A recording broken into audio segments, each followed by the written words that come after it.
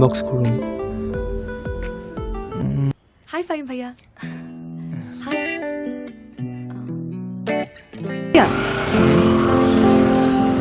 রিক্সা খুঁজে পাচ্ছি না। আজকে আমার ক্লাসে একটা প্রোগ্রাম আছে তো, লেট হয়ে যাচ্ছে। আচ্ছা দেখি সামনে যদি রিক্সা থেকে পাঠিয়ে দিব। সেদিন কিন্তু রিক্সা পেতে দেরি হয়ে গিয়েছিল, প্রোগ্রাম পুরোটাই মিস করেছিলাম।